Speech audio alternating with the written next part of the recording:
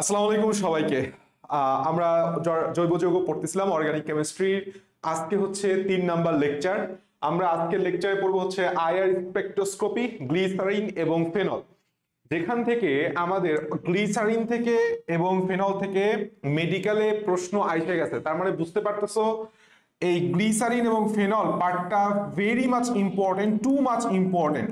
IR স্পেকট্রোস্কোপির বেলায় আমি তোমাকে যেটুকু পড়াই দিব শুধু সেটুকু পড়বা, তাইলেই হয়ে যাবে। আসো আমরা শুরু করি, লেটস গো। ফার্স্ট দেখো, আমরা একটু অ্যাকচুয়ালি ফার্স্টে কিছু জিনিস পড়বো, সেটা আমাদের বইতেই দেখবা লেখা আছে যে জৈব যৌগে এই যেই তোমার হ্যালোজেন শনাক্তকরণ, এরা কি ক্লোরিন, ব্রোমিন, আয়োডিন, মানে কি এরা কি হ্যালোজেন না? এরা কি হ্যালোজেন? শুধু হ্যালোজেন না, মনে রাখতে হবে হ্যালোজেনের সাথে সাথে নাইট্রোজেন, সালফার, ফসফরাস আর এক্স, অর্থাৎ এনএসপিএক্স, এনএসপিএক্স, এনএসপিএক্স, এই টোটাল যাবতীয় যত ধরনের যৌগ আছে সেটা শনাক্ত করা হয় কি দ্বারা? লেসাইন পরীক্ষা দ্বারা। That's very much important, very very very much important. তোমার 1 নাম্বার কোশ্চেন এটা করবে যে হ্যালোজেন এর উপস্থিতি, জৈব যৌগে হ্যালোজেনের উপস্থিতি শনাক্তকরণে কোন পরীক্ষা করা হয়? উত্তর কি? লেসাইন পরীক্ষা। একদম টানা মুখস্থ রাখতে হবে। তাহলে লেসাইন পরীক্ষার মাধ্যমে শুধু হ্যালোজেন না, নাইট্রোজেন, সালফার, ফসফরাস সাথে হ্যালোজেন, এই চারটা যৌগ, চারটা মৌলযুক্ত যৌগ শনাক্ত করা যায়। 2 নাম্বার প্রশ্ন তোমাকে করবে লেসাইন পরীক্ষায় কোন ধাতু ব্যবহার করা হয়? উত্তর হচ্ছে সোডিয়াম ধাতু, অন্য কোনো ধাতু হবেই না। তাহলে লেসাইন পরীক্ষায় কি ধাতু ব্যবহার করা হয়? সোডিয়াম ধাতু। তাহলে লেসাইন সম্পর্কে আমরা কি জানলাম? সংক্ষেপে এই জিনিসটা এইভাবে তুমি এক পাশে লিখে রাখতে পারো যে লেসাইন, লেসাইন, লেসাইনের মাধ্যমে আমরা কি করব? নাইট্রোজেন, ফসফরাস, সালফার আর যত হ্যালোজেন সেটা শনাক্ত করব। আর কোন ধাতু ব্যবহার করা লাগবে? সোডিয়াম ধাতু। That's very much important. বাস, আমাদের এখান থেকে আর কিছু লাগবে না। আমরা এই জায়গায় কিছু জিনিস আছে দেখো প্র্যাকটিক্যালের মধ্যে, জৈব যৌগে অ্যালডিহাইড ও কীটনমূলক শনাক্তকরণ। এর মধ্যে 3টা পার্ট আছে। তার মধ্যে ফার্স্ট পার্ট হচ্ছে 2,4-ডাইনাইট্রোফেনাইল টেস্ট, অর্থাৎ 2,4-ডিএনপি টেস্ট যেটাকে বলা হয়। 2,4-ডাইনাইট্রো, এই যে 2,4-ডাইনাইট্রো ফিনাইল হাইড্রোজিন, সেটা একই সাথে অ্যালডিহাইড এবং কিটোন অর্থাৎ কার্বনিল মূলক শনাক্ত করতে পারে। কার্বনিল মূলক কোনটা? কার্বনিল মূলক হচ্ছে এইটা, তাই না? এখন কার্বনিল মূলক কার কার থাকে? 2টা যৌগ, অ্যালডিহাইডেরও থাকে, কিটোনেরও থাকে। তাহলে 2,4-ডাইনাইট্রোফিনাইল হাইড্রোজিন 2,4-ডিএনপিএইচ পরীক্ষা কারা দিবে? শুধুমাত্র মনে রাখতে হবে অ্যালডিহাইড দিবে প্লাস কিটোন দিবে, দুইটাই দিবে, দুইটাই দিবে। কিন্তু নিচের দিকের যে বিক্রিয়াগুলো আছে, টলেন বিকারক পরীক্ষা, পেহলিং দ্রবণ পরীক্ষা, এরা শুধুমাত্র এই 2টা পরীক্ষা দিবে শুধুমাত্র হচ্ছে অ্যালডিহাইড, কিটোন এই পরীক্ষা দিবে না। টলেন বিকারক পরীক্ষায় কি হয়? সিলভার দর্পণ পরীক্ষা, সিলভারের অদক্ষেপ সৃষ্টি, অর্থাৎ সিলভার দর্পণ পরীক্ষা যেটাকে বলে। টলেন বিকারক পরীক্ষার আরেক নাম হচ্ছে সিলভার দর্পণ পরীক্ষা, এটা অনেকে বলে সিলভার দর্পণ পরীক্ষা। তোমাকে কোশ্চেন করা হবে অ্যাকচুয়ালি, সেটা হচ্ছে নিচের কোন যৌগটি 2,4-ডিএনপি টেস্ট দেয় কিন্তু টলেন বিকারক পরীক্ষা দেয় না? কে দেয় না? কিটোন দেয় না। কারা দেয়? অ্যালডিহাইড দেয়। 2 নাম্বার কোশ্চেন, নিচের কোন যৌগ একই সাথে, বা আমি এই কোশ্চেনটা করি মাঝে মাঝে, নিচের কোন যৌগ 2,4-ডিএনপি টেস্ট দিবে কিন্তু ফেহলিন দ্রবণ পরীক্ষা দিবে না? কারা দিবে না? কিটোন দিবে না। কারা দিবে? অ্যালডিহাইড দিবে। মনে থাকবে? এন্ড তাহলে কয়টা কোশ্চেন পাইছি দেখো। 1 নাম্বার কোশ্চেন 2,4-ডিএনপিএইচ পরীক্ষা কারা দিবে, এরপরে এইটা দিবে কিন্তু এটা দিবে না, এইটা দিবে কিন্তু এটা দিবে না। লাস্ট যে কোশ্চেনটা আমি পাবো সেটা হচ্ছে এই জায়গাটা গুরুত্বপূর্ণ, সেটা হচ্ছে দেখো ফর্মিক যেই অ্যাসিড, ফর্মিক অ্যাসিডও আমাদের উপরের যেই সিলভার দর্পণ পরীক্ষা অর্থাৎ টলেন পরীক্ষা, টলেন বিকারক পরীক্ষা, সাথে আমরা কি পড়লাম? এই যে ফেহলিং দ্রবণ পরীক্ষা, এই 2টা পরীক্ষা দেয়। কি বলছি? ফর্মিক অ্যাসিড টলেন বিকারক পরীক্ষাও দিবে, ফেহলিন দ্রবণ পরীক্ষাও দিবে, কিন্তু 2,4 ডিএনপি পরীক্ষা দেয় না, কারণ 2,4 ডিএনপি পরীক্ষা শুধুমাত্র অ্যালডিহাইড এবং কিটোন দিবে। আমি এর আগে লিখে দিয়ে আসছি। তাহলে লাস্ট কোশ্চেন তোমাকে এই পৃষ্ঠা থেকে এইটা করবে, নিচের কোনটি উল্টা করে কোশ্চেন হবে, নিচের কোন যৌগটি ফেহলিন পরীক্ষা অথবা টলেন বিকারক পরীক্ষা বা সিলভার দর্পণ পরীক্ষা দেয় কিন্তু 2,4 ডিএনপি পরীক্ষা দেয় না, তখন তুমি দাগাবো হচ্ছে ফর্মিক অ্যাসিড। কি acid? Formic acid. Very very much important. তাহলে আমি এই পৃষ্ঠা থেকে কি জিনিস দাগাইছি? খুবই সিম্পল, জাস্ট এখান থেকে 4টা কোশ্চেন হবে, একদম হাতে ধরে বললাম ভাই 4টা কোশ্চেন তোমাকে পারতে হবে। আসো এরপরে আমরা একটু আইআর স্পেকট্রোস্কোপিতে ঢুকবো। আইআর স্পেকট্রোস্কোপি কি জিনিস এটা তোমার একদমই জানা দরকার নাই মেডিকেল অ্যাডমিশনে, নো নিড, কোনো দরকার নাই, একদমই জানা দরকার নাই। তোমাকে যেটা জানতে হবে সেটা হচ্ছে যে আইআর রশ্মি 3 প্রকার। আইআর রশ্মি কয় প্রকার? আইআর রশ্মি হচ্ছে আমাদের 3 প্রকার। আইআর রশ্মি কয় প্রকার? 3 প্রকার। আমি একটু লিখে দিই, আইআর রশ্মি 3 প্রকার। একটা হচ্ছে ফার, আর একটা হচ্ছে মিডিল, আর একটা কি মিডিল, আর একটা হচ্ছে নেয়ার আইআর।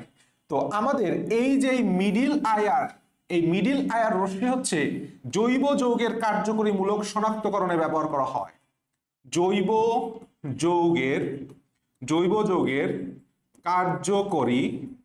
কার্যকরী মূলক শনাক্তকরণ, কার্যকারী মূলক কি শনাক্তকরণে ব্যবহৃত হয়। তাহলে তোমাকে কোশ্চেন যেটা দিবে সেটা হইতেছে এইটা, জৈব যৌগের কার্যকরী মূলক শনাক্তকরণে কোন আইআর রশ্মি ব্যবহার করা হয়?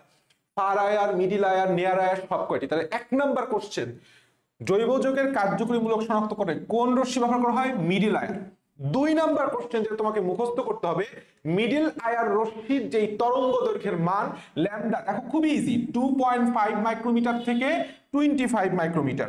2.5 থেকে কি 2.5 থেকে 25, জাস্ট দশমিকটা এই পাশে করায় দাও, বাড়ায় দাও ডান পাশে, হয়ে গেল। আচ্ছা এখন তোমাকে কি কোশ্চেন করবে আমি তোমাকে বলি, সেটা হচ্ছে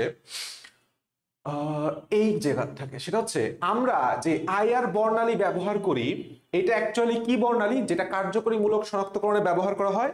সেটা হচ্ছে আইআর শোষণ বর্ণালী। কি বর্ণালী মনে রাখো? আইআর শোষণ বর্ণালী। 2 নাম্বার, জৈব যৌগের কার্যকরী মূলকের আইআর শোষণ বর্ণালীতে এর আগে তরঙ্গ দৈর্ঘ্য পড়ছি 2.5 মাইক্রোমিটার থেকে 25 মাইক্রোমিটার, আর এইটা হচ্ছে তরঙ্গ সংখ্যা 1000 থেকে 4000, এককটা খেয়াল রাখবা সেন্টিমিটার ইনভার্স 1। দেখো আমি যা দাগাইতেছি এর বাইরে আর কিচ্ছু পড়া লাগবে না, আমি বারবার বলতেছি আমি যা দাগাইতেছি এর বাইরে আর কিচ্ছু পড়া লাগবে না। তাহলে তোমাকে যদি কোশ্চেন করা হয় যে জৈব যৌগের কার্যকরী মূলকের আইআর বর্ণালী শোষণ তরঙ্গ সংখ্যা কত, তুমি কি দেখাবা? 1000 থেকে 4000 সেন্টিমিটার ইনভার্স 1। আমরা জানি তরঙ্গ সংখ্যা কি 1/λ, অর্থাৎ এটা জাস্ট আর কিছু না, একটা হার্জ। হার্জ মানে কি বলবো? তরঙ্গ দৈর্ঘ্যের উল্টা রাশি। এখন দেখো এই যে কোশ্চেনটা ভেরি মাচ ইম্পর্টেন্ট, এই সেম কোশ্চেনে করছে 1000 থেকে 4000 সেন্টিমিটার ইনভার্স 1। এই লাইন থেকে তোমাকে আর কিচ্ছু বলবে না, তোমার যেটা লাগবে সেটা হচ্ছে এই ছক থেকে আমি কিছু জিনিস দাগাই দিব, এই ছক থেকে আমি তোমাকে কিছু জিনিস দাগাই দিব। ফার্স্টে হচ্ছে শ্রেণী আর এর ফ্রিকোয়েন্সি বা তরঙ্গ সংখ্যা। কি বলছি? ফ্রিকোয়েন্সি বা তরঙ্গ সংখ্যা। 1 নাম্বার মনে রাখতে হবে কার্বনিল মূলক। কার্বনিল মূলক মানে কি? অ্যালডিহাইড, কিটোন, সাথে অনেক কিছুই আছে, আমরা সেটাও পড়বো না, শুধুমাত্র অ্যালডিহাইড এবং কিটোনে ফ্রিকোয়েন্সি সংখ্যা আইআর স্পেকট্রোস্কোপিতে কত পাবো? 1700 থেকে 1750। এবং সাথে মনে রাখতে হবে, এবং এটা তো সি ডাবল বন্ডে ও, আর অ্যালডিহাইডের সিএইচ, অ্যালডিহাইডে কি থাকে? অ্যালডিহাইডের সিএইচ থাকে না, অর্থাৎ দেখো এইটা তো আমার অ্যালডিহাইডের সংকেত, তাই না? এটা তো আমার কি সংকেত? অ্যালডিহাইডের সংকেত। তাহলে এইখানে একটা কম্পন সংখ্যা দিবে এই বন্ধনটা, আর এই যে সিএইচ অ্যালডিহাইডের সিএইচ সেটা দিবে 2700 থেকে 2900। তাহলে 1 নম্বরে আমরা কি মুখস্থ করব? অ্যালডিহাইড এবং কিটোনের যে সি ডাবল বন্ডের ও সেইটা কত তরঙ্গ সংখ্যা দেয়? 1700 থেকে 1750। আর এই সিএইচ অ্যালডিহাইডের সিএইচ, কিটোনে তো আর সিএইচ নাই, অ্যালডিহাইডের সিএইচ কি দেবে? কত তরঙ্গ সংখ্যা দিবে? 2700 থেকে 2900। এটা বললাম হাজার question. And last of all আমাদের জানতে হবে হাইড্রক্সিল মূলক অ্যালকোহল ফেনল, এইটাও দেখো অ্যালকোহল ফেনল। তাহলে এখানে পার্থক্যটা কি, একটা হাইড্রোজেন বন্ধন আছে আর একটা একক অণু, মানে কি এখানে হাইড্রোজেন বন্ধন নাই, অর্থাৎ একটা হাইড্রোজেন বন্ধন যুক্ত আর একটা হাইড্রোজেন বন্ধন ছাড়া, হাইড্রোজেন বন্ধন মুক্ত। এখন আমি তোমাকে একটা কোশ্চেন করি, তুমি যদি কোনো কিছুকে বেঁধে রাখো, বন্ধনে আবদ্ধ রাখো, সে কি দুলতে পারে? সে কি কি বলবো, কম্পন কম বেশি কম্পিত হবে নাকি কম কম্পিত হবে? 100% কম কম্পিত হবে। তুমি যদি কোনো কিছু শক্ত করে দড়ি দিয়ে বন্ধন দাও, বাঁধো, তাহলে সেটা 100% কি হবে, কম দুলবে। তাহলে দেখো তো, একটা হচ্ছে 3200 থেকে 3600 আর একটা হচ্ছে 3600 থেকে 3640। বলতো এইটা যেহেতু হাইড্রোজেন বন্ধন, তাহলে এটা কম তরঙ্গ সংখ্যা দিবে, দেখো 3200 থেকে 3600 কম না? আর এটা যেহেতু হাইড্রোজেন বন্ধন নাই, বাধা দেওয়া নাই, তাহলে এটা ভালো মতনই দুলবে, ভালো বেশি তরঙ্গ সংখ্যা দিবে। তাই দেখো 3600 থেকে 3640 এটার চাইতে বেশি। দিস ইজ, এই ছক থেকে এই সম্মান, এই মান, এই মান, এই মান, এই চারটা মান খালি মুখস্থ রাখবা, এনাফ। আসো, আমাদের এখান থেকে আর কিছু পড়া নাই, আমরা সরাসরি চলে যাব হচ্ছে গ্লিসারিন এবং ফেনলে। আজকের টপিকের যে মেইন টপিকটা সেটা হচ্ছে আমাদের গ্লিসারিন এবং ফেনল। আমাদের ফার্স্ট যেই কোশ্চেনটা আসবে সেটা হচ্ছে গ্লিসারিন প্রস্তুতি। তো তোমাকে আমি একটা জিনিস আগে মনে রাখাবো, সেটা হচ্ছে গ্লিসারিন এর অপর নামটা লাগবে, সেটা হচ্ছে গ্লিসারিন আর গ্লিসারল বললাম একই, এটার অপর নামটা মনে রাখতে হবে প্রোপেন 123 ট্রাইঅল। এটা আমি তোমাকে মুখস্থ করাই দিব। আমরা সবার প্রথমে তাহলে গ্লিসারিনের সংকেতটা দেখে আসি। দেখো গ্লিসারিন আঁকাটা সহজ, তুমি তিনটা কার্বন পরপর দিয়ে দিলা, তিনটা কার্বনের প্রত্যেকটা কার্বনের কয়টা করে হাত, চারটা করে হাত পূরণ করে দিলা, ডান পাশে তিনটা করে হাইড্রক্সিল মূলক দিয়ে দিলা, বাকিগুলা হাত হাইড্রোজেন দ্বারা পূর্ণ, বাকিগুলা হাত কি হবে, হাইড্রোজেন দ্বারা পূর্ণ হবে। তাহলে বাকিগুলা হাত যদি হাইড্রোজেন দ্বারা পূর্ণ হয়, তাহলে এই সংকেতটার নাম কি হয়? দেখো এটা 1 নাম্বার কার্বন, এটা 2 নাম্বার, 3 নাম্বার, তাহলে 1 2 3 প্রোপেন 1 2 3 ট্রাইঅল। তাহলে এটা কি একটা 3 কার্বন বিশিষ্ট যৌগ, তাহলে কি হবে, প্রোপেন হবে। আর অ্যালকোহল আছে কয়টা, 3টা, কয় নাম্বার কার্বনে, 1 2 3 নাম্বার কার্বনে। নামকরণ যখন আমি একটু পড়াবো তখন অটোমেটিকলি পড়ে যাবে, তবে এটা তোমরা জানো। তাহলে নামকরণটা কি হবে, প্রোপেন 1 2 3 ট্রাইঅল। এই সংকেতটা তোমাকে মুখস্থ রাখতে হবে। সংকেত মুখস্থ রাখা খুব ইজি, মুখস্থ রাখলে তুমি অটোমেটিকলি এই লেখাটা পারবা, প্রোপেন 1 2 3 ট্রাইঅল। তাহলে প্রথম কোশ্চেন, গ্লিসারিনের অপর নাম কি? 2 নাম্বার সেটা হচ্ছে গ্লিসারিন প্রস্তুতি। নিচের কোনটি গ্লিসারিন প্রস্তুতির পদ্ধতি নয়, তোমাকে কোশ্চেন করবে। দেখো 3টা পদ্ধতি। 1 নাম্বার খুবই ইজি, তৈল বা চর্বির ক্ষারীয় আর্দ্র বিশ্লেষণ। দেখো সাবানায়ন প্রক্রিয়া একটা ক্ষার, তাই না? আমি তোমাকে দাগাই, তোমাকে 1 নাম্বার কোশ্চেন বলবে গ্লিসারিন থেকে, সেটা হচ্ছে গ্লিসারিনের অপর নাম। 2 নাম্বার কোশ্চেন বলবে যে গ্লিসারিনের প্রস্তুতি পদ্ধতি নয় কোনটা। 3 নাম্বার প্রশ্ন তোমাকে এখানে পড়বে, সেটা হচ্ছে নিচের কোনটি গ্লিসারিনের সাবানায়ন প্রক্রিয়া বা নিচের কোনটি গ্লিসারিন প্রস্তুতির ক্ষারীয় বিশ্লেষণ প্রক্রিয়া। তোমাকে লিখবে সাবানায়ন প্রক্রিয়া, গ্লিসারিন ও ফ্যাটি অ্যাসিড উৎপাদন, আধুনিক সংশ্লেষণ পদ্ধতি। অর্থাৎ তোমাকে সিমালটেনিয়াসলি বাম পাশটা ডান পাশটা মুখস্থ রাখতে হবে। তাহলে তুমি জানো সাবান একটা ক্ষার, সাবান তো আর অ্যাসিড না, সাবান কি ক্ষার। তাহলে ক্ষারীয় আদ্র বিশ্লেষণ করলে সেটাকে আমরা সাবানায়ন বিক্রিয়া বলবো। আচ্ছা অম্লীয়, দেখো এখানে গ্লিসারিন প্রস্তুতি তো হবে, সাথে দেখো ফ্যাটি অ্যাসিড, আর আমরা জানি অম্লীয় মানেই অ্যাসিড। তাহলে যেখানে তোমার অপশনে ফ্যাটি অ্যাসিড উৎপাদন দেখবা সেটা 100% অম্লীয় আদ্র বিশ্লেষণ। লাস্ট যেই পয়েন্ট আমাদের একদম টানা মুখস্থ করতে হবে, সেটা হচ্ছে প্রোপিন থেকে গ্লিসারিন। কি থেকে? প্রোপিন থেকে গ্লিসারিন। কোথা থেকে? এটা খুবই গুরুত্বপূর্ণ। নিচের কোনটি গ্লিসারিন প্রস্তুতির আধুনিক সংশ্লেষণ পদ্ধতি? উত্তর হচ্ছে প্রোপিন থেকে গ্লিসারিন। এটা একদম টানা মুখস্থ যে প্রোপিন থেকে গ্লিসারিন হচ্ছে আমাদের গ্লিসারিন প্রস্তুতির আধুনিক সংশ্লেষণ পদ্ধতি। তাহলে আমাদের এখান থেকে কি কি কোশ্চেন হবে আমরা বুঝে গেছি। এখন দেখো এই যে একটা লাইন আছে উপরে, তুমি যদি একটু খেয়াল করো এই পার্টটা খুবই গুরুত্বপূর্ণ। সেটা হচ্ছে স্পেন্ট লাইয়ে কত পার্সেন্ট গ্লিসারিন থাকে? Very very very much important. 3 থেকে 5, এই কোশ্চেনটা খুবই ইম্পর্টেন্ট। কত পার্সেন্ট? 3 থেকে 5%। এটা মেবি ডেন্টালের কোশ্চেন। স্পেন্ট লাইয়ে 3 থেকে 5% গ্লিসারিন থাকে। আচ্ছা এখন আসো, সেটা হচ্ছে আমরা নিচের দিকে ঢুকি, সেটা হচ্ছে এই জায়গাটা গ্লিসারিনের শনাক্তকারী বিক্রিয়া। নাথিং ইজ, একটা জিনিস মনে রাখবা, খালি একটা জিনিস, সেটা হচ্ছে অ্যাক্রোলিন টেস্ট। তাহলে তোমাকে কোশ্চেন করবে এখানে দুই ভাবে, নিচের কোন টেস্টের মাধ্যমে বা কোন পরীক্ষার মাধ্যমে গ্লিসারিন শনাক্ত করা হয়। 2 নম্বর কোশ্চেন করবে অ্যাক্রোলিনের টেস্টের মাধ্যমে কোনটি শনাক্ত করা হয়।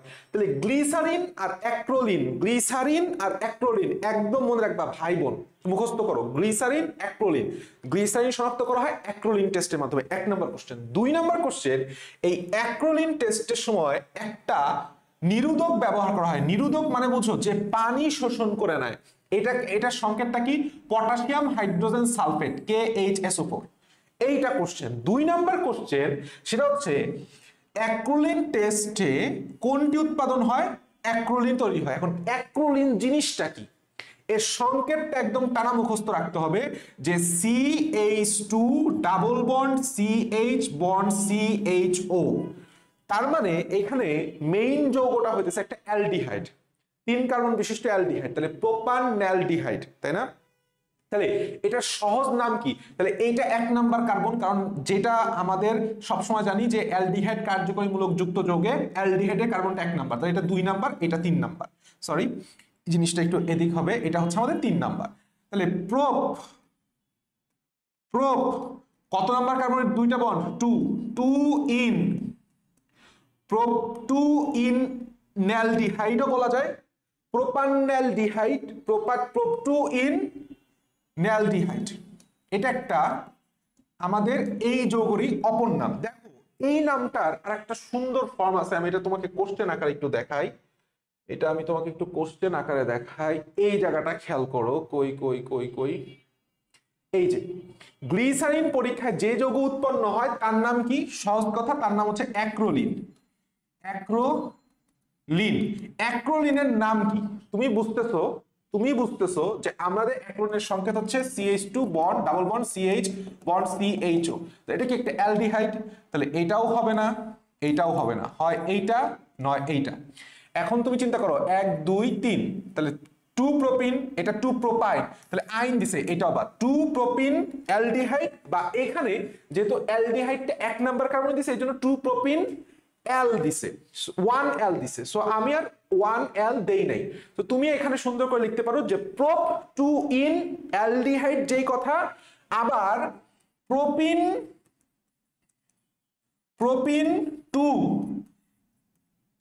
2 L, এইটাও সেম কথা, প্রোপিন 2 L, এই যে নামটা প্রোপিন 1 L বা প্রোপিন 2 L বা সেম। আমি তোমাকে কিসের জন্য এটা পড়াইতেছি একটু পরে বুঝতে পারতেছো, বা সহজ কথায় আরেকটু যদি সহজভাবে বলি সেটা হচ্ছে 2 প্রোপিন 1 L। এই তিনটাই বললাম এই অ্যাক্রোলিনের নাম, এই জন্যই এত কষ্ট করে আমি তোমাকে দেখায় 3টা নাম পড়াইলাম। তুমি তোমাকে একটু কষ্ট করে মনে রাখতে হবে যে এই যৌগটার নাম অ্যাকচুয়ালি যেটা আগে বইতে দিছে সেটা পড়বা। সেটা হচ্ছে যেহেতু এটা প্রোপিন, আর প্রোপিনের আগে যেহেতু এটা 2 নাম্বার কার্বনে ডাবল বন্ড, তার আগে 2 আসছে, আর অ্যালডিহাইডটা আছে 1 নাম্বার কার্বনে, তার এটা হচ্ছে 1 L। এটাই কিভাবে লেখা যায়? প্রোপ 2 ইন অ্যালডিহাইড বা প্রোপিন 2L, এটাও লেখা যায়। প্রোপিন 2L জিনিসটা আপাতত না পড়াই ভালো, এই জিনিসটা ওল্ড ভার্সন হয়ে গেছে। 2 প্রোপিন L এটাই ঠিক আছে। তুমি জাস্ট এই দুইটা মনে রাখো, এনাফ না? এনাফ। এখন আসো, আমাদের বললাম আর কিছু এখান থেকে পড়ার নাই, আমরা আলহামদুলিল্লাহ আমাদের গ্লিসারিন পড়ে ফেলছি, ঠিক আছে? তাহলে গ্লিসারিন থেকে ইনশাল্লাহ এর বাইরে একটা কোশ্চেন আসবে না। এখন আসো ফার্স্টে আমাদের ফেনল, এইটা খুব গুরুত্বপূর্ণ। ফেনল এর অপর নাম হচ্ছে কার্বলিক অ্যাসিড। ফেনলের অপর নাম কি? Carbolic acid.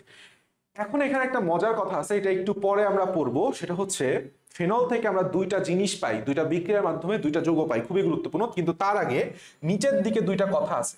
তোমাকে প্রশ্ন করবে ফেনলের কত % জলীয় দ্রবণ ডিসইনফেক্ট্যান্ট হিসেবে ব্যবহৃত হয়, আর ফেনলের কত % জলীয় দ্রবণ অ্যান্টিসেপটিক হিসেবে ব্যবহৃত হয়। খেয়াল করো, এই যে ডিসইনফেক্ট্যান্ট, ডিসের মধ্যে কি আছে? একটা আই আছে। আবার ইনফেক্ট্যান্ট, এখানে একটা আই আছে। রোমান অক্ষরে ছোট হাতের আই বলতে কি বোঝায়? 1। তাহলে দেখো 1%।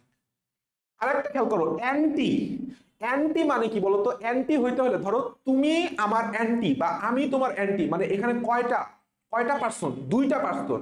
অ্যান্টি হইতে হলে মিনিমাম কয়টা পার্সন লাগে? দুইটা পার্সন। একজনে তার অ্যান্টি হওয়া পসিবল না। অ্যান্টি হইতে হলে মিনিমাম দুইটা গ্রুপ লাগে। যেমন ধরো Awami League BNP anti group, BNP Awami League, তাহলে কয়টা? দুইটা। তাহলে 2%, যখন তোমাকে বলবে অ্যান্টি, অ্যান্টি হয়ে যাবে 0.2%। ফেনলের 0.2% হচ্ছে অ্যান্টিসেপটিক হিসেবে ব্যবহার করা হয়। এটাও হয়ে গেল। এখন আমাদের লাগবে, সেটা হচ্ছে ভেরি মাচ ইম্পর্টেন্ট, ফেনলের প্রস্তুতি, কিভাবে ফেনল পাওয়া যায়। ওকে, তোমাকে এই 1 নাম্বার লাইন জাস্ট শিরোনামটা পড়তে হবে, ভেতরের বিক্রিয়া ভুলে যাও, একদমই লাগবে না। তুমি জাস্ট পড়ো, সেটা হচ্ছে বেনজিন থেকে ফেনল কোন পদ্ধতিতে বেনজিন থেকে ফেনল পাওয়া যায়? কিউমিন পদ্ধতিতে। তুমি কিভাবে পড়বা? কিউমিন পদ্ধতিতে বেনজিন থেকে ফেনল উৎপাদন, মুখস্থ হয়ে গেছে। আচ্ছা, এরপরে কোশ্চেনে আসো, ডাউ পদ্ধতি বেনজিন থেকে ফেনল। তাহলে এর আগে কিউমিন পদ্ধতিও পাইছি, এখানে ডাউ পদ্ধতিও পাইছি। প্রশ্ন হচ্ছে ডাউ পদ্ধতি থেকে বেনজিন থেকে ফেনল উৎপাদনে কোনটি ব্যবহার করা হয়? উত্তর হচ্ছে ক্লোরোবেনজিন ব্যবহার করা হয়। That's it. আমি আবার কোশ্চেনটা করি, আবার কোশ্চেনটা বুঝো। ডাউ পদ্ধতিতে বেনজিন থেকে ফেনল উৎপাদনে কোনটি ব্যবহৃত হয়? ক্লোরোবেনজিন। আর আমরা জানি বেনজিনের ক্লোরিনের সময় কি লাগে? শুষ্ক একটা অ্যালুমিনিয়াম ট্রাইক্লোরাইড বা FeCl3 লাগে, আয়রন ট্রাইক্লোরাইড। ওকে, তাহলে কোশ্চেনটা বুঝতে পারছো? আমরা কিউমিন পদ্ধতিতেও পাইতে পারি, কিংবা আমরা ডাউ পদ্ধতিতেও পাইতে পারি। ঠিক আছে, কোন পদ্ধতিতে বেনজিন থেকে ফেনল উৎপাদন করা হয় এটা হচ্ছে কোশ্চেন। অপশনে যেটা উত্তর থাকবে সেটা, দুইটা কখনো একসাথে দিবে না। 2 নম্বর কোশ্চেন, ডাউ পদ্ধতিতে বেনজিন থেকে ফেনল উৎপাদনে কোনটি ব্যবহৃত হয়? ক্লোরোবেনজিন ব্যবহৃত হয়। আচ্ছা, এখান থেকে আর কোনো কোশ্চেন নাই। এরপর একটা কোশ্চেন আছে, এইটা তোমাকে আমি একদম মুখস্থ করাই দিব, যদিও আপাতত মুখস্থ রাখো। সেটা হচ্ছে আলকাতরার কোনটি থেকে ফেনল নিষ্কাশন করা হয়? লঘু তেল, ভারী তেল, নাকি মধ্যম তেল, নাকি কুইনোলিন? এরকম একটা কোশ্চেন করো, আমি ওই ছক মুখস্থ করাই দিব। কিন্তু আপাতত আজকের জন্য মধ্যম তেল থেকে ফেনল নিষ্কাশন করা হয়, এটা একদম টানা মুখস্থ রাখো। এই কোশ্চেনটা প্রচুর পরিমাণ আসছে, আমি 3 স্টার দিচ্ছি। আচ্ছা, এখন আসো, সেটা হচ্ছে তোমাকে এই জায়গাটায় প্রশ্ন করা হবে, সেটা হচ্ছে পরীক্ষাগারে কোনটি থেকে ফেনল প্রস্তুত করা হয়? তুমি প্রশ্নটা বুঝো, এখানে একটা শব্দ এক্সট্রা আছে, সেটা হচ্ছে পরীক্ষাগারে। তাহলে পরীক্ষাগারে কোনটি থেকে ফেনল প্রস্তুত করা হয়? উত্তর হচ্ছে অ্যানিলিন। তাহলে তুমি ফেনল প্রস্তুতির কয়টা ধাপ আমরা পড়লাম? ফেনল প্রস্তুতি, আমরা জানি ফেনলের সংকেত কি?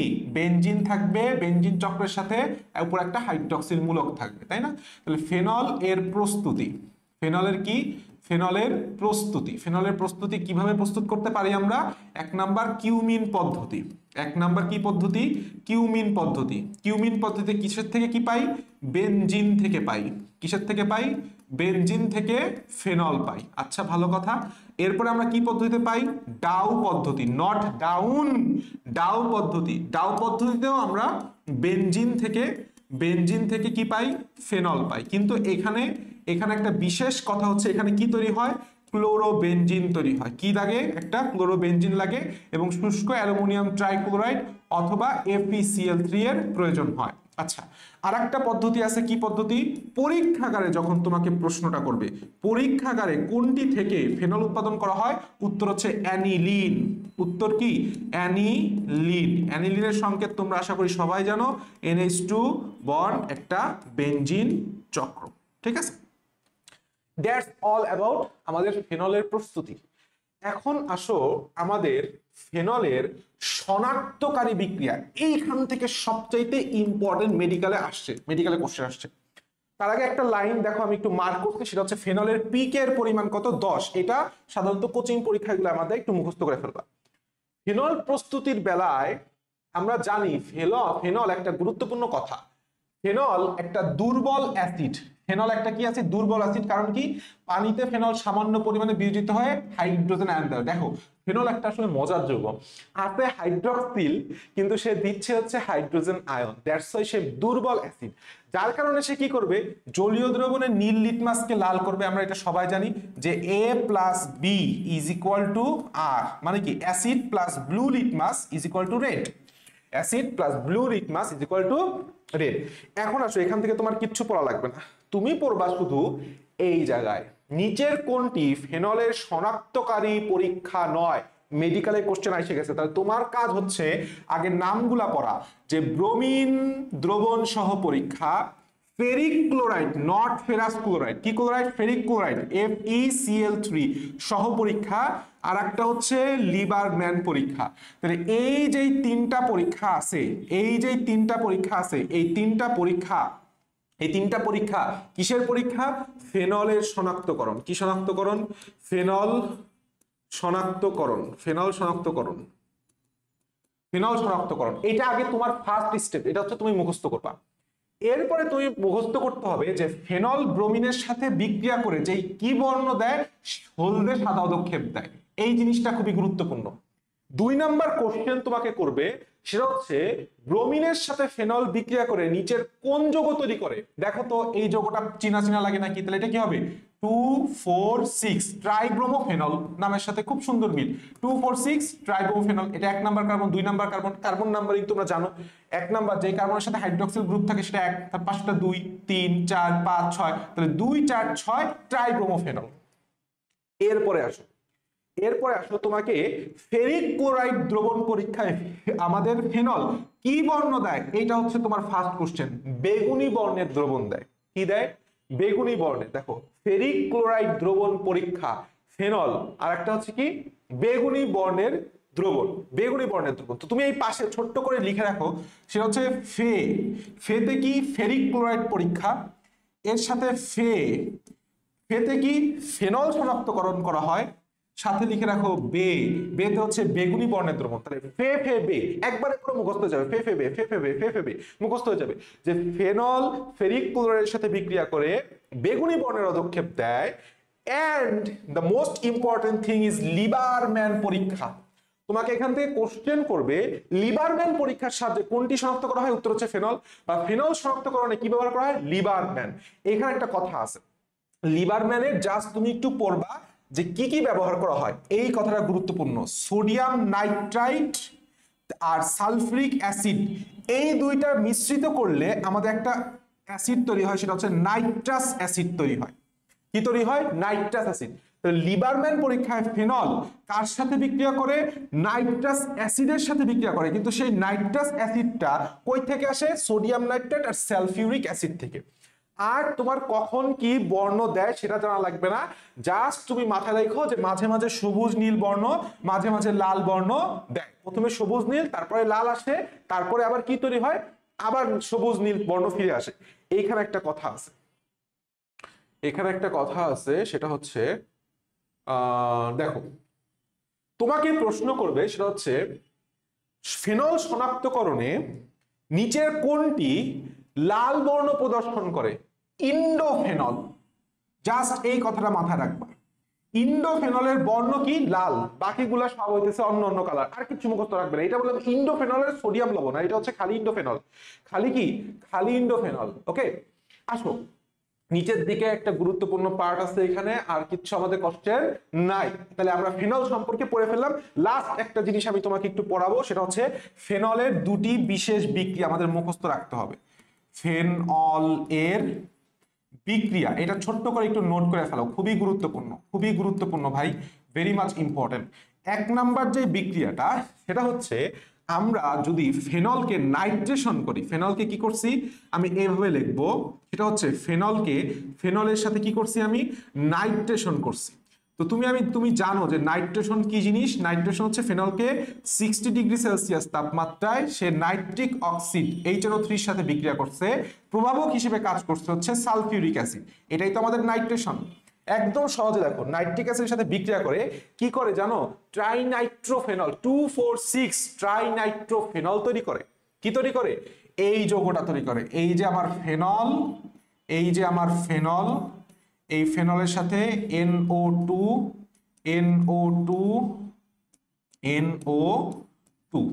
ঠিক আছে, কারণ এটা ফেনল অর্থ প্যারা নির্দেশক, অর্থ আর প্যারা পজিশনে বসবে। এই যৌগটার একটা সুন্দর নাম আছে, এটার নাম তো বুঝতেছো 2,4,6 ট্রাইনাইট্রোফেনল। এর আরেকটা নাম হচ্ছে পিক্রিক অ্যাসিড, খুবই গুরুত্বপূর্ণ, যেটা এর আগে পড়াইছিলাম। কি acid? Picric acid. Picric acid থেকে তোমাকে কোশ্চেনটা করবে অ্যাকচুয়ালি, যে পিক্রিক অ্যাসিড আসলে কোথায় ব্যবহার করে। এটা অ্যাকচুয়ালি একটা বার্নল বার্নল ক্রিম। তোমাকে মুখস্থ করতে বলছিলাম কিভাবে, এই যে পিক্রিক মানে কি, পথে পিক্রিক, পথে পোড়া ত্বক, অর্থাৎ পোড়া ত্বকে ত্বক পুড়ে গেলে যেই ক্রিমটা দাও সেই ক্রিমটা হচ্ছে পিক্রিক অ্যাসিডের। আর একটা জিনিস আছে, আর একটা বিক্রিয়া আমাদের পড়তে হবে, সেটা হচ্ছে আমাদের যে ফেনল, সেই ফেনলটা একটা মজার কাহিনী আছে। ফেনলটা হচ্ছে আমাদের আমরা জানি ক্লোরোফর্মের সংকেত কি, CH3, তাই না? এই ক্লোরোফর্মের সাথে তুমি যদি বিক্রিয়া ঘটাও in presence of potassium hydroxide অথবা সোডিয়াম হাইড্রোক্সাইড, কস্টিক সোডা বা কস্টিক পটাশ, মেইনলি কস্টিক পটাশের কথাই বেশি লেখা, পটাশিয়াম হাইড্রোক্সাইড লিখবো।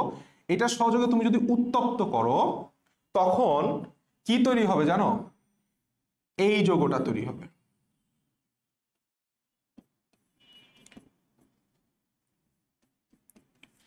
এই যৌগটার নাম কি বলতো? স্যালিসালডিহাইড। কি নাম? স্যালিসালডিহাইড। এবং এই জায়গা থেকে কোশ্চেনটা তোমাকে করবে, আশা করি সুন্দরভাবে দেখা যাচ্ছে। হ্যাঁ দেখা যাচ্ছে। এইখান থেকে তোমার কোশ্চেনটা করবে যে ফেনলকে যদি ক্লোরোফর্ম আর পটাশিয়াম হাইড্রোক্সাইড সহযোগে উত্তপ্ত করা হয় তখন কি তৈরি করবে? স্যালিসালডিহাইড তৈরি করবে। এবং এই বিক্রিয়াটার একটা বিশেষ নাম আছে, সেটা হচ্ছে রাইম্যান-টাইম্যান বিক্রিয়া। কি বিক্রিয়া? রাইম্যান-টাইম্যান বিক্রিয়া। মনে থাকবে আশা করি, রাইম্যান-টাইম্যান বিক্রিয়া।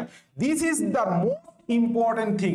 রাইম্যান-টাইম্যান বিক্রিয়ায় কোনটি তৈরি হয়? সেটা হচ্ছে স্যালিসালডিহাইড তৈরি হয়। কি তৈরি হয়?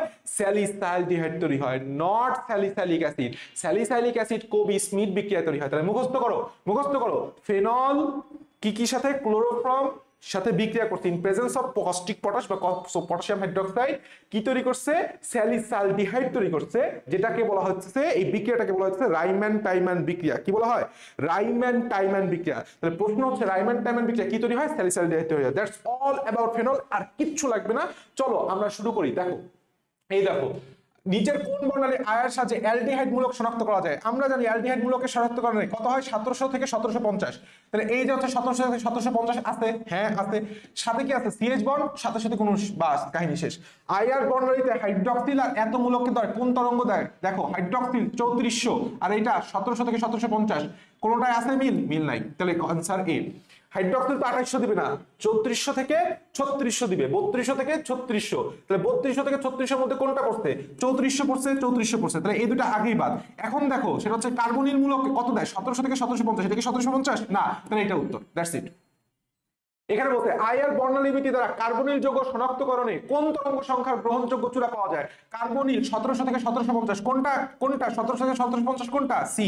জৈব যৌগের আইআর বর্ণালী দ্বারা শনাক্ত করা হয় কি? কার্যকরী মূলকের উপস্থিতি। আমরা তো এটা জানি, কি আইআর? Middle IR. কি আইআর? Middle IR. আচ্ছা, বেনজিন বলয় কোন গ্রুপটি উপস্থিত থাকলে ঋণাত্মক সম্পূর্ণ হওয়ার পর কোন ব্র্যান্ডের আইআর শোষণ পাওয়া যাবে? গাঞ্জাখুরি কোশ্চেন, কিন্তু এই কোশ্চেনটা তোমার পারারও দরকার নাই, কিন্তু যদি পড়তে চাও এটা হচ্ছে আমাদের সঠিক উত্তর, তুমি টানা মুখস্থ করে ফেলবা। এটা হচ্ছে কিছু এক্সেপশনাল কোশ্চেন মুখস্থ করার টেকনিক। এখন দেখো এরপরে কি বলছে? ফেনল, এটা তো আমরা পড়ে আসছি।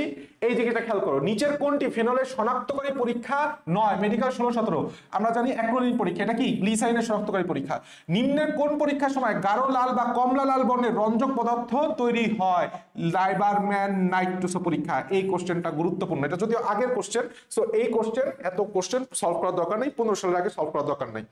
ফেনল শনাক্তকরণে কোনটি ব্যবহার করা হয়? দেখছো FeCl3, একটু আগে পড়ে আসছি। ডাউ পদ্ধতিতে নিচের কোন যৌগটি উৎপন্ন করা হয়? ফেনল। ফেনলের সাথে Br2 পানি যোগ করলে কোন ধরনের অধক্ষেপ পড়ে? 2,4,6 ট্রাইব্রোমোফেনলের হালকা হলুদ। কি হলুদ? হালকা হলুদ। কথাটা খেয়াল করবা, গাঢ় হলুদ নয়। কার্বনিক অ্যাসিডের অপর নাম কি? ফেনল। স্যালিসাইলিক অ্যাসিড ফেনল থেকে প্রস্তুত করা হয় কোন পদ্ধতিতে? আচ্ছা, এখানে একটা কোশ্চেন করছে স্যালিসাইলিক অ্যাসিড বলছে, তাহলে হবে কি? কোব স্মিথ। রাইম্যান-টাইম্যানে কি হবে? স্যালিসালডিহাইড হবে। রাইম্যান-টাইম্যানে কি হবে? স্যালিসালডিহাইড হবে। ভাই দিস ইজ মোস্ট ইম্পর্টেন্ট কোশ্চেনটা, খুবই গুরুত্বপূর্ণ। দেখো এরপরে কি বলছে? এরপরে বলছে এই যে নিচের কোনটি দ্বারা ফেনল থেকে পিক্রিক অ্যাসিড প্রস্তুত করা হয়? কি করতে হবে? নাইট্রেশন করতে হবে। নাইট্রেশন মানে হইতেছে নাইট্রিক অ্যাসিড আর সালফিউরিক অ্যাসিড, এইটা এই জিনিসটা মনে রাখতে হবে। নাইট্রেশনের সময় আমার নাইট্রিক অ্যাসিড সালফিউরিক অ্যাসিড দুইটাই লাগবে। ফেনলকে নাইট্রেশন করলে কি প্রধান যৌগ কি পাওয়া যায়? Picric acid 2,4,6 trinitrophenol. ফেনল শনাক্তকরণের পরীক্ষা কোনটি? Liebermann, not Lucas বিকারক।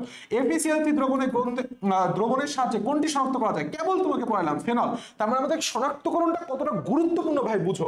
60 degree Celsius তাপমাত্রায় কস্টিক সোডা, তাহলে এখানে কি দিছে? কস্টিক সোডা দিছে। তাহলে কস্টিক সোডা হচ্ছে সোডিয়াম হাইড্রোক্সাইড। আচ্ছা ঠিক আছে, সোডিয়াম হাইড্রোক্সাইড দেখ আর তোমার পটাশিয়াম হাইড্রোক্সাইড দেখ। কই স্লাইডটা কই? এই যে পটাশিয়াম হাইড্রোক্সাইড দেখ অথবা তোমাকে সোডিয়াম হাইড্রোক্সাইড দেখ, ডাজন্ট ম্যাটার। তো তুমি কি বলতে উপস্থিতে ফেনল আর ক্লোরোফর্ম, তুমি দেখবা ফেনল আর ক্লোরোফর্ম আছে কিনা। ফেনল আর ক্লোরোফর্ম বিক্রিয়ায় উৎপন্ন হয়, মধ্যে যে বিক্রিয়াটি সম্পন্ন হয় তার নাম হচ্ছে রাইমান টাইমান। কি তৈরি হয়? একটু আগে আমি যে কেবল লিখে দিলাম, স্যালিসাইলডিহাইড তৈরি হয়।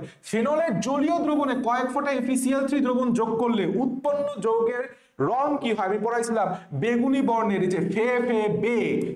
বেনজিন ডায়াজোনিয়াম ক্লোরাইডকে পানি সহযোগে উত্তপ্ত করলে, এখানে একটা গুরুত্বপূর্ণ কোশ্চেন, সেটা হচ্ছে এটা আমরা একটু পরে কিছুদিন পরে বেনজিন ডায়াজোনিয়াম ক্লোরাইড নিয়ে পড়ার সময় পারা যাবো। ফেনল তৈরি হয় বেনজিন ডায়াজোনিয়াম ক্লোরাইডের বিক্রিয়ার মধ্যে, এটা পরে। আচ্ছা এখানে কি বলছে? বিক্রিয়ায় উৎপন্ন কত নাম্বার কার্বনে নাইট্রোজেন যুক্ত হবে। এইখানে কোশ্চেনটা তুমি একটা জিনিস, চরম কোশ্চেন দিছে, তুমি একটা জিনিস খেয়াল করো, সেটা হইতেছে অ্যামিনো, ফিনাইলের মূলকের সাথে অ্যামিন আছে, তাহলে অ্যামিন কি অর্থপ্যারা নির্দেশক? অর্থ পজিশন কত নাম্বার পজিশন? 2 number position. তাহলে ফার্স্টে কত নাম্বার যাবে? 2 নাম্বারে, এরপরে 4 নাম্বারে, এরপরে 6 নাম্বারে। গাঢ় নাইট্রিক অ্যাসিড এবং সালফিউরিক অ্যাসিডের মিশ্রণের সাথে ফেনলের বিক্রিয়া করলে কি তৈরি হবে?